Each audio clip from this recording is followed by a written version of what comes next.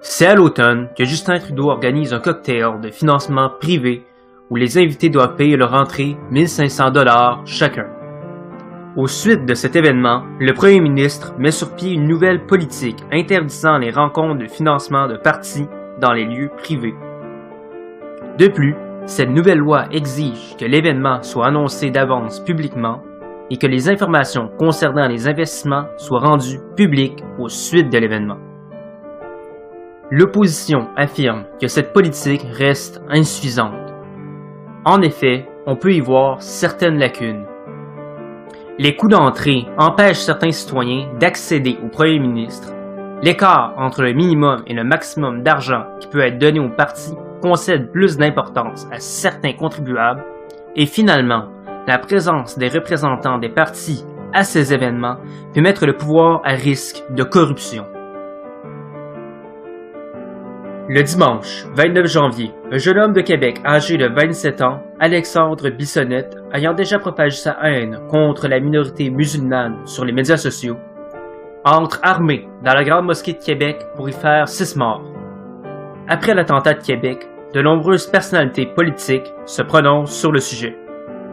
C'est le cas du premier ministre Couillard, qui dira à de nombreuses reprises « Allahu Akbar » dans son discours fait à la population. Par contre, aux suites de l'attentat, de nombreuses personnes lancent des messages haineux sur les médias sociaux.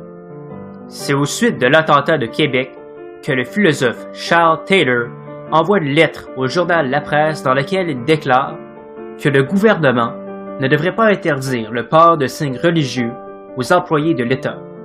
Cette lettre renforce certainement la position prise par M. Couillard sur le sujet en lui donnant une source d'arguments solides.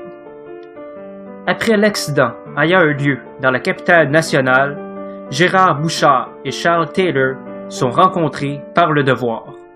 Leurs commentaires concernant l'adoption de leurs 37 recommandations nous aident à mieux comprendre l'état des immigrants au Québec.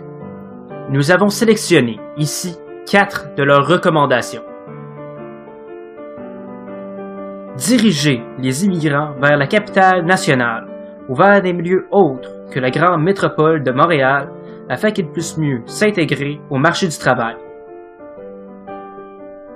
Encadrer l'interculturalisme par une loi et promouvoir la laïcité. Faire en sorte que les diplômes obtenus par les migrants dans leur pays d'origine soient reconnus plus rapidement à leur arrivée au Canada. Et finalement, l'État doit participer activement dans la lutte contre la discrimination et le racisme. Elle doit pour ce faire, entre autres, investir dans des organismes qui se vouent à la protection des minorités.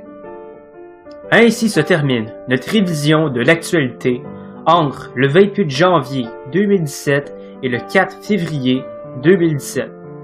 N'oubliez surtout pas d'aimer cette vidéo, de la partager avec vos connaissances et si vous le voulez, de laisser un commentaire.